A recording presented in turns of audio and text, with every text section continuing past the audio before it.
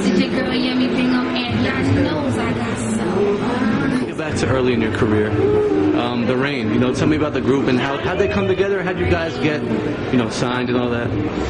Well, KG, by nature, he discovered myself, Tina J, who's Tina Jenkins out of Atlantic City, and Shaquana Elam out of Brooklyn, and he made a group called the Rayne. He came up with the name because KG was about royalty, which is still a seed that he embedded in me to pursue the whole Greek deal and to, be a queen in the game. He called us Rayne Supreme, but we ended up with the Rayne. We just wanted to be something fresh out of the tri-state area. Yeah. Okay. And your guys' album Rayne Supreme, which was supposed to come out, never did come out. So, why do you feel it never released, or why was the reason? Well, it was a few things. Mispromotion, not, compromising with marketing. It was just the creative team conflicting with the administrative team. So it's like we were really young, but we started out 14, 15, and 16, and I was the baby. But it became hard because we had our dreams and our goals already set. And when you get signed to a label, you gotta compromise. Yeah. You gotta make adjustments. Yeah. And everyone doesn't like to always agree. So yeah. That had a lot to do with why we didn't really go to the next level. Yeah. I've heard, I don't know if it's a sampler or a mixtape from that album or from the era, and I heard this one song called Love Bug. Do you remember that song? I love that song. And you know why? Because that's the one record that we all wrote on now. Oh, really?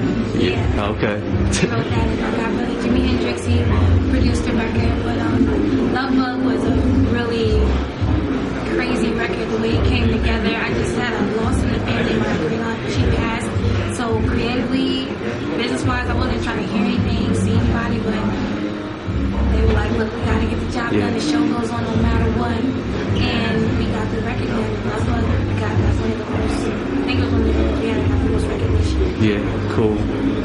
After the group split, you did a lot of writing for other artists. So tell me about your writing process. How do you put a song together? Oh, man. Well, I've always been a writer. Before I was an artist, I just wanted a songwriting background. That was my idea at 12. I was like, being an artist is too hard. I was raised around some of the Greeks, and it's too much. I just want to sing and dance. I don't want to do all this other stuff. But being a writer has a lot to do with me and my love for history, my love for poetry, my love for the English language and many different languages. I just try to speak a universal language, which is music. Cool. And then eventually you released your solo album in 2006, The First Seed. What do you remember most about that album? Oh man, that album was my try everything, period. Rock Wild and I, shout out to Rock Wild and Rayne Parker, who were my two partners in Music Park Records. We tried to get all the sides of Yummy out, but at the same time we had to cater to the side that was most demanding, which was hip-hop, which was R&B. But that's just two sides of me. Like I told someone else tonight, I'm a conglomerate. Yeah. So it makes sense. The album was only released in the UK. Only released in the UK. Why? I know it was supposed to release in the US eventually, but it never did. But talk about that. It was. It's another headbutt with the label. I'm very strong-minded. I'm a Capricorn. I'm a goat. I'm gonna beat you in my head before I even say anything to you. Personally as to how I feel. So I love Sylvia Rhone. Sylvia Rhone was an amazing woman and executive that had the opportunity to sit up under and learn the game from a female's perspective in an executive's chair. And she fortunately blessed me to be, to date, the youngest female record executive in history, music history. It just was me still fighting for who I really wanted to be and not being allowed to entirely. Yeah. She did give me some freedom, and I'm grateful for that, because that helped me to be what I'm on now. Like, I demand what I want. Okay. It just makes you like, yeah. So, Catch Us Up, the album was back in 2006.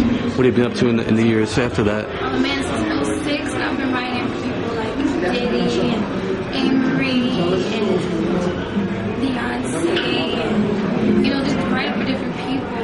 But 2007, I had been working on it's Abiella should be 4 in September. So I've been trying to adjust more to being a mother, because I wanted my child to know me from quiet rather than the team I have around me that helps take care of us She needs to know home first. So Yeah. I've been taking care of home for the past few years, but now back to me.